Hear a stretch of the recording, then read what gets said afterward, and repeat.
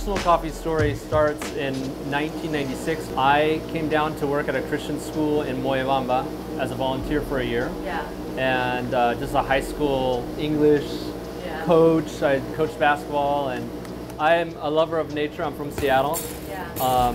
And so I spent every weekend and holiday I could up the hills to see what was out there in the virgin jungle. Yeah. And what's out there is a bunch of coffee farms and coffee farming communities. And that's when I met some coffee farmers.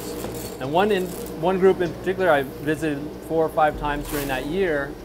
And they had said, you know, when we bring our coffee down the hill, we see our coffee, which we think is better than our neighbors, just get mixed in with our neighbor's coffee. Do you think if we kept our coffee separate, which we know is better, that someone would be willing to pay a higher price if they got that directly to them? And I said, I don't know, I'm from Seattle, maybe someone might be interested in that idea. So it was really the farmers who came up with the idea, not me. And I went from there to back to Seattle, worked as a teacher for 3 years and saved my nickels and dimes, and came down in 2000 and bought my first container of coffee from that community. So a container of coffee is around 18,000 kilos, 37,000 pounds of coffee. So it's a big amount to put on a ship, yeah. So just in kind of blind and naive faith, we put it on the water and sent it to Seattle. We didn't have any customers. And then we went around presenting our coffee to some different people around the Seattle area, Portland area, and our first response was, "This is great Guatemalan coffee." And we said, "It's not from Guatemala, it's from Peru." And they're like, no, Peruvian coffee is not like this, I don't believe you. Wow. I said, "Well, would you believe me if you saw a bag of the coffee?" And they say, "Yeah." And I say, "Okay, come out to my truck." And I had in the back of my pickup truck bags of coffee, and that's how I forced the roasters around the Northwest to buy my first bags of coffee.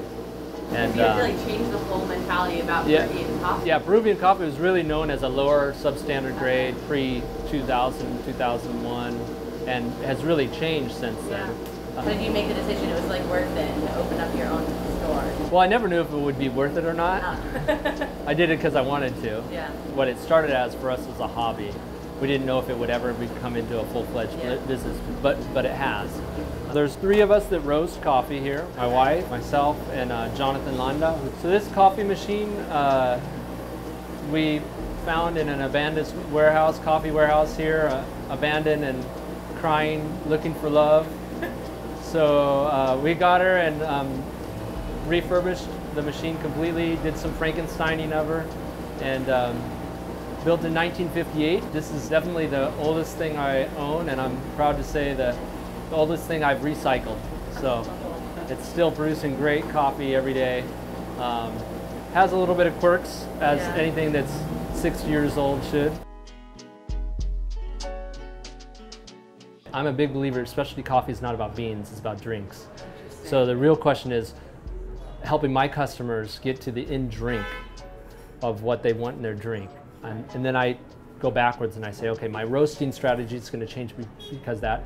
My choice of green coffee beans is going to change because of that. Again, thinking about the drink rather than, I'm not big in promoting origin, although we're 100% Peruvian coffee. You know, I think origin can be real tricky because there's really great coffees in Cusco and there's really horrible coffees in Cusco.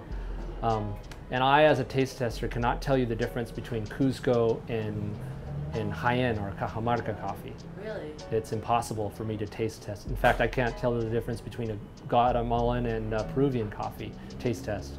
What I can tell you is this is a great coffee. Interesting. But the whole idea of coffee taste being defined by political boundaries is completely ignorance that's been brought in to sell coffee. It's been a marketing ploy. So I think it's a little disingenuous as us as an industry to keep telling that to customers. Interesting. Yeah. It's more like the care that the farmers take? Yeah, it's about the individual farmers. So there might be individual farmers that repeat great coffees every year. Yeah. And we think there are. There's lots of those. And those are farms and farmers to be able to celebrate. Okay. But those things usually don't have anything to do, in principle, because of their political boundaries of their country. Yeah. their ground is not necessarily super unique. There are some cases like the Rift Valley has 500% phosphorus than the average farm in Colombia. So there's some things like that. But in general, it's more about the individual farmer and the industry as a whole of how it exports. Yeah. And you can't tell the difference between one country and the other just because of that. My real expertise is in the quality control analysis and quality control structures. Okay. So setting up the quality control from the farm of, you know, registering the day it was picked, what lot on the farm it was picked, that it was ripe cherries, was it 95% ripe cherries or 75% ripe cherries, and getting people to start thinking through those quality control decisions.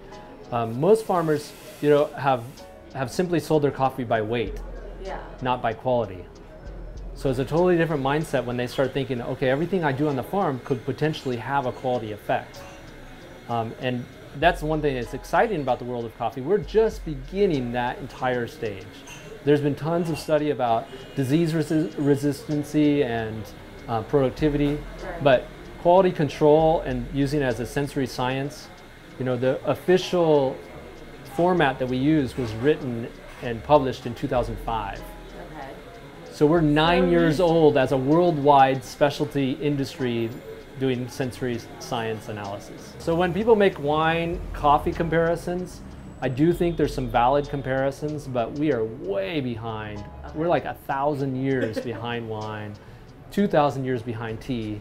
Yeah. Specialty coffee is just beginning. So it's exciting to be part of an industry that's growing, that's just in its preschool stages. Yeah. I look forward to that because for the rest of my life I get to learn.